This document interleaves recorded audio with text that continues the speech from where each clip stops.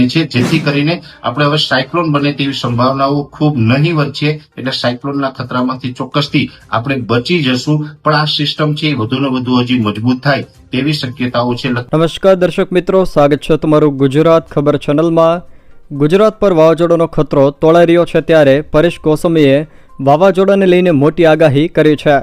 વાવાઝોડું આવશે કે કેમ તેને લઈને મોટી આગાહી તારીખો સાથે કરવામાં આવી છે.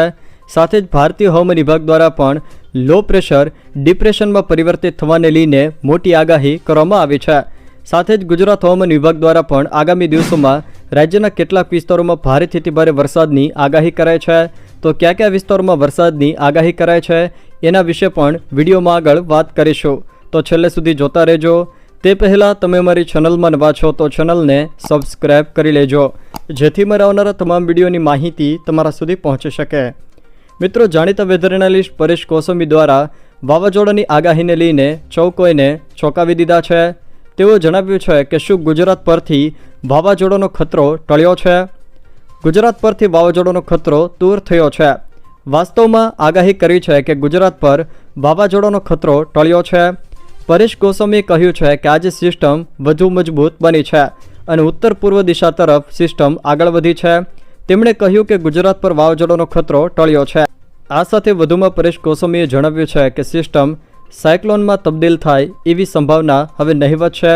જોકે તેમણે એમ પણ કહ્યું છે કે હજુ પણ સિસ્ટમ વધુ મજબૂત બનશે. તેઓએ માહિતી આપતા જણાવ્યું છે કે 24 મેના રોજ લો પ્રેશરમાંથી ડિપ્રેશનમાં આ સિસ્ટમ ફેરવાઈ શકે છે. આ સાથે ગુજરાત અને મહારાષ્ટ્રમાં ભારે વરસાદની પણ સંભાવના છે, જેમાં ખાસ કરીને દક્ષિણ ગુજરાતમાં ભારે વરસાદની આગાહી તેઓએ કરી છે. તેઓની આગાહી પ્રમાણે 31 મે સુધી રાજ્યના વિસ્તારોમાં વરસાદી વાતાવરણ જોવા મળશે.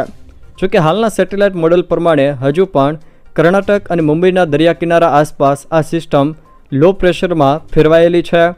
જોકે ગુજરાતના વિસ્તારોમાં હાલ સૌરાષ્ટ્રના કેટલાક વિસ્તારોમાં પણ ભારે વાદળછાયું વાતાવરણ જોવા મળી રહ્યું છે. સાથે જ ભારતીય હવામાન વિભાગ દ્વારા પણ આ સિસ્ટમને લઈને માહિતી આપતા જણાવ્યું છે કે દક્ષિણ કોંકણ અને ગોવા કિનારા પર પૂર્વ મધ્ય અરબી સમુદ્ર પર એક નીચા દબાણનું ક્ષેત્ર એટલે કે લો પ્રેશર સર્જાયેલું છે, જે આગામી 24 કલાક દરમિયાન ડિપ્રેશનમાં પરિવર્તિત થાય એવી શક્યતા પણ રહેલી છે. જોકે હજુ પણ આ સિસ્ટમ મજબૂત બનશે તેવું ભારતીય હવામાન વિભાગ દ્વારા પણ જણાવવામાં આવ્યું છે. તે સિવાય જો મિત્રો વાત કરવામાં આવે તો ગુજરાત હવામાન વિભાગ દ્વારા પણ આગામી 5 દિવસ આફતનું એંધાણ આપવામાં આવ્યું છે. ગુજરાતમાં આગામી 5 દિવસ ભારે પવન સાથે વરસાદની શક્યતા વ્યક્ત કરવામાં આવી છે. 50 થી લઈને 60 કિલોમીટરની ઝડપે પવન ફૂંકાવાની શક્યતા ભારતીય હવામાન ખાતા દ્વારા જણાવવામાં આવી છે, જેમાં આગામી 24 કલાકમાં આ સિસ્ટમ ડિપ્રેશનમાં પરિવર્તિત થશે તેવું પણ હવામાન ખાતાએ જણાવ્યું છે. દક્ષિણ ગુજરાત અને સૌરાષ્ટ્રના કેટલાક વિસ્તારોમાં ગુજરાત હવામાન વિભાગ દ્વારા ભારે વરસાદની સંભાવના વ્યક્ત કરવામાં આવી છે. અહીંયા તમે હવામાન મોડેલમાં જોઈ શકો છો તે મુજબ ગુજરાત હવામાન વિભાગ દ્વારા આવનારી 29 તારીખ સુધી રાજ્યના છૂટાછવાયા વિસ્તારોમાં વરસાદની આગાહી કરી છે, જેમાં ખાસ કરીને 25 અને 26 તારીખે રાજ્યના કેટલાક વિસ્તારોમાં ભારેથી અતિ ભારે વરસાદ પણ ખાબકી શકે છે. તે સિવાય બાકી રહેતા દિવસોમાં છૂટાછવાયા વિસ્તારોમાં હળવોથી મધ્યમ વરસાદ કોઈક સ્થળે વરસતો રહેશે. અહીંયા તમે હવામાન મોડેલમાં જોઈ શકો છો તે મુજબ 24 તારીખે ખાસ કરીને ગીર સોમનાથ, અમરેલી, ભાવનગર, સુરત, તાપી, ડાંગ, નવસારી અને વલસાડ આ જિલ્લાના છૂટાછવાયા સ્થળોએ મધ્યમ મેઘગર્જના સાથે ભારે વરસાદની ચેતવણી આપવામાં આવી છે, જેમાં કેટલાક વિસ્તારોમાં તો 50 થી 60 કિલોમીટર પ્રતિ કલાકની ઝડપે પવનો પણ ફૂંકાઈ શકે છે. તે સિવાય રાજ્યના બાકી રહેતા તમામ વિસ્તારો જેમ કે કચ્છ, દેવભૂમિ દ્વારકા, પોરબંદર, જૂનાગઢ, રાજકોટ, જામનગર, મોરબી, સુરેન્દ્રનગર, બોટાદ, અમદાવાદ, પાટણ, બનાસકાંઠા, મહેસાણા, સાબરકાંઠા, ગાંધીનગર, અમદાવાદ, ખેડા, અરવલ્લી, મહીસાગર, દાહોદ, પંચમહાલ, વડોદરા, આણંદ, છોટાઉદેપુર, ભરૂચ અને નર્મદા આ જિલ્લાના છૂટાછવાયા સ્થળોએ મધ્યમ મેઘગર્જના સાથે હળવાથી મધ્યમ વરસાદની ચેતવણી આપવામાં આવી છે, જેમાં પણ 50 થી 60 કિલોમીટરની ઝડપે પવનો ફૂંકાઈ શકે છે.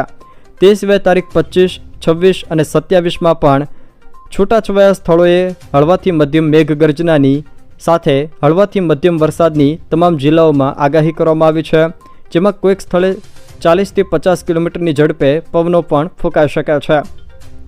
ભારે વરસાદની ચેતવણી કયા કયા વિસ્તારોમાં આપવામાં આવી એના વિશે વાત કરીએ તો 24 તારીખથી લઈને 27 તારીખ સુધી ખાસ કરીને સૌરાષ્ટ્ર અને દક્ષિણ ગુજરાતના કોઈક વિસ્તારોમાં ભારે પવન સાથે વરસાદ વરસી શકે છે, જેમાં 24 તારીખે ખાસ કરીને ગીર સોમનાથ, અમરેલી, ભાવનગર, સુરત, તાપી, ડાંગ, નવસારી અને વલસાડ આ જિલ્લાના કેટલાક છૂટાછવાયા સ્થળોએ ભારે વરસાદ વરસી શકે છે. તો 25 તારીખના રોજ ગીર સોમનાથ, અમરેલી, ભાવનગર, સુરત, તાપી, ડાંગ, નવસારી અને વલસાડ આ જિલ્લાના કેટલાક છૂટાછવાયા સ્થળોએ ભારે વરસાદની ચેતવણી આપવામાં આવી છે. તે સિવાય રાજ્યના બાકી રહેતા વિસ્તારોમાં કોઈક સ્થળે સામાન્ય છાંટાછૂટીથી હળવો વરસાદ પણ ખાબકી શકે છે.